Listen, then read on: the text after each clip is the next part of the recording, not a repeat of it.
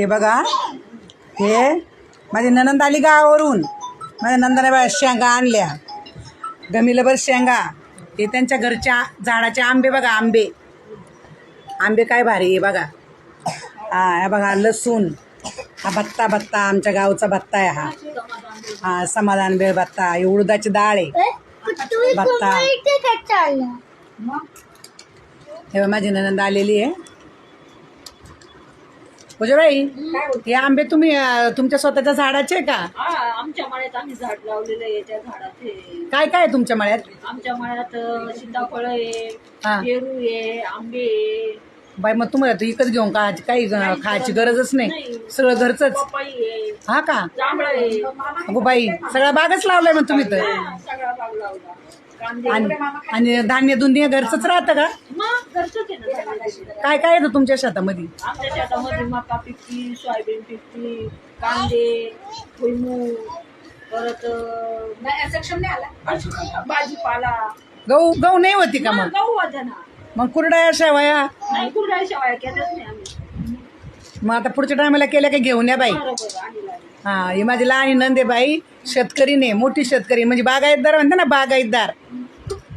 ही बागायतदार आहे माझी ननंद. बघा याच्यावरून तुम्हाला कळण आहे शेंगा बघा.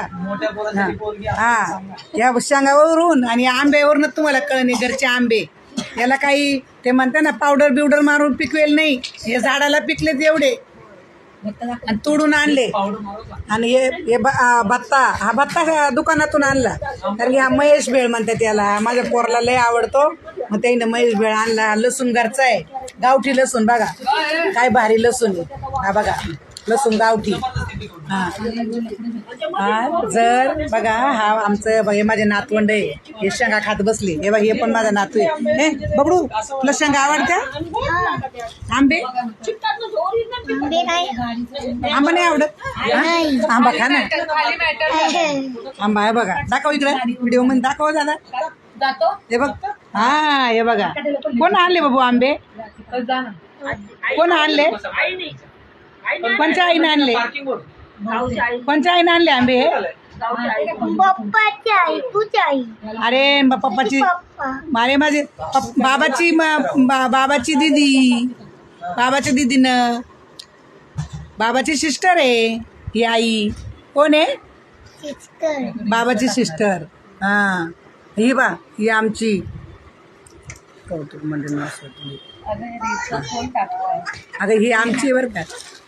हे मी टाकते, तुझा चेहरा घेतलाच नाही. हा सांगा, खाता ना तू? खा ना मग. काय खाली भांडणं झाले कोणाची?